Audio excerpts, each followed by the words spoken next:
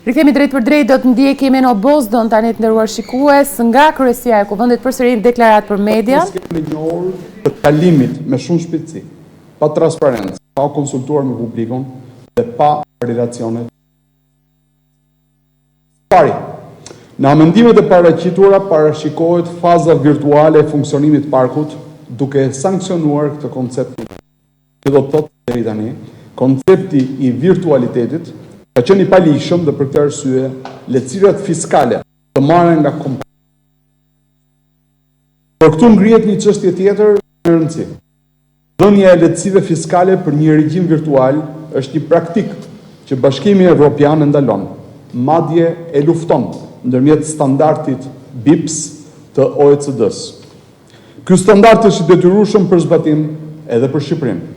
Ky standard lufton pikërisht atë që qeveria po përgatitet miratojë, dhënien e lehtësive fiskale për kompanitë që operojnë virtualisht. Sepse çdo lehtësi duhet jepet për një aktivitet konkret, për punësim real, për një produkt real të zhvilluar dhe shpenzime të verifikueshme.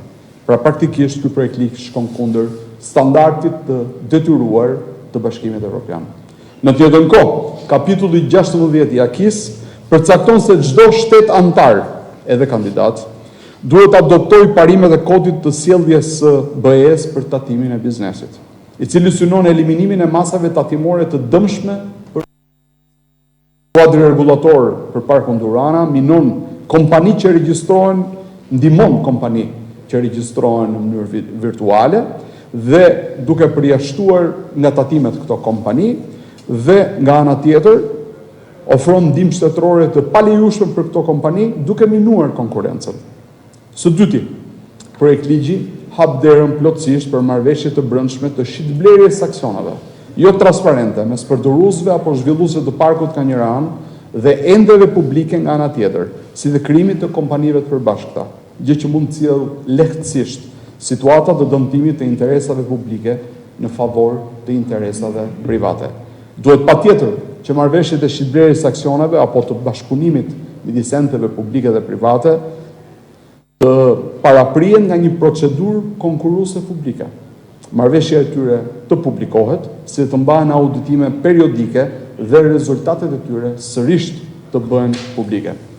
Së treti, projekt ligji parashikon që brenda kufive të parkut të mundësohet dhe ngritja e data center, pra i qendrave të dhënave.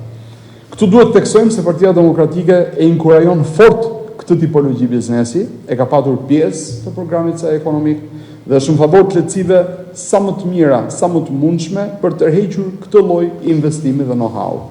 Por nga ana tjetër, për rëndësinë që ky ka si aktivitet në Bashkimin Evropian, ai është i rregulluar dhe i monitoruar me shumë kujdes. Bashkimi Evropian ka 3 akte të një rëndësie ligjore, të rëndësishme ligjore, 2 direktiva dhe 1 rregullore, që trajtojnë aspekte të ndryshme të këtij aktiviteti.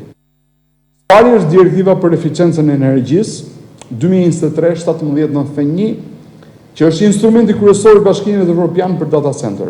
Neni 12 i saj detyron gjithë operatorët e data center me kapacitet mbi 500 kW instaluar të raportojnë çdo vit tregues kyç të performancës, konsumin e energjisë, konsumin e ujit, përdorimin e energjisë rinovueshme dhe nxehtësinë e mbetjes. Së dyti është një direktivë shumë e rëndësishme, veçanërisht në kushtet kur po kalon Shqipëria, Direktiva 22 e sigurisë kibernetike 2022-2555. 22 klasifikon infrastrukturën digjitale, duke përfshirë data center si sektor thelbësor të sigurisë kombëtare. Shqipëria si vend kandidat është i detyruar të adoptojë 22-shin si pjesë e kapitullit 10, Shoqëria e Informacionit dhe Media, të procesit të antarësimit. Së treti është rregulloria për mbrojtjen e të dhënave personale. Kjo rregullore rregullon aksesin, përdorimin dhe mbrojtjen e të dhënave personale të gjeneruara nga pajisjet e lidhura dhe shërbimet cloud, aktivitete këto thelbësore të data center. Rregullori imponon kufizime strikte mbi vendodhjen fizike të dhënave personale të qytetarëve evropian dhe mbi transfertat ndërkufitare. Mungesa e legjislacionit shqiptar mbi data center e bën të pamundur verifikimin me pajtueshmërinë e kësaj rregullore. Element kritik në çdo kompani evropiane që do të vendosë të dhënat në data center. Prandaj, ky aktivitet nuk mund të përfshihet në park, sepse më parë duhet rregullohet me një legjislacion të veçantë, duke i dhënë përgjigje të gjitha shqetësimeve. Përfundimisht, miratimi i ligjeve shumë të rëndësishme dhe me shumë ndikim, me shpejtësi marramendse dhe pa konsultime me publikun, duke mos respektuar as detyrimet tona minimale ndaj Bashkimit Evropian, në terma të parafrimit legjislacionit, vetëm sa vërteton atë që Partia Demokratike ka shprehur si shqetësim thelbësor të saj. Procesi i integrimit mbetet pas një vlerë dhe pas një kuptim nga veprimet e kësaj mazhorance. Roli i parlamentit është reduktuar thelbësisht, sepse ai nuk kryen më asnjë funksion të rëndësishëm. Lër me një anë atë të monitorimit dhe vëzhgimit të institucioneve të shtetit shqiptar. Qeveria kërkon vetëm miratimin e ligjeve në letër, sa për syefaqe për të mashtruar opinionin publik vendas dhe të huaj se Shqipëria është në thonjza e gatshme për të hyrë në Bashkimin Evropian. Për fat keq, faktet e përditshme tregojnë të kundërtën. Me anë të kësaj sjellje, perspektiva e Shqipërisë në Bashkimin Evropian po bëhet gjithnjë e më shumë e largët. Dhe përgjegjës për këtë është një dhe vetëm një person. Edi Rama. Faleminderit. Do që të Eno Bozo, nderuar shikues, një deklarat për media nga kryesia e Kuvendit, do të shkëputemi këtu.